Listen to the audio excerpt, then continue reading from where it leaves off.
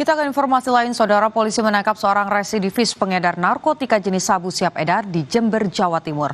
Pelaku menyimpan narkoba dalam boneka.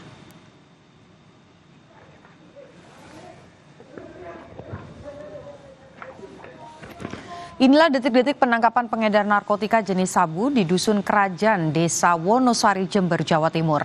Pelaku sempat berusaha melarikan diri melewati kandang ayam yang berada di belakang rumahnya. Namun polisi dengan cepat dapat menangkapnya. Dari penggeledahan, polisi menemukan belasan paket narkoba siap kirim. Ukurannya seberat 11 gram yang disembunyikan di dalam boneka. Saat ini polisi masih melakukan pengembangan dan pelaku terancam hukuman maksimal yakni 20 tahun penjara.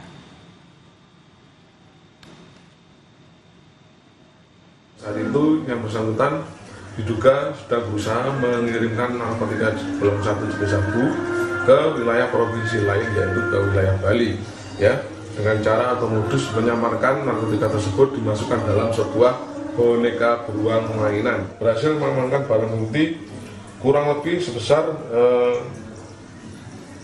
11 gram, ya.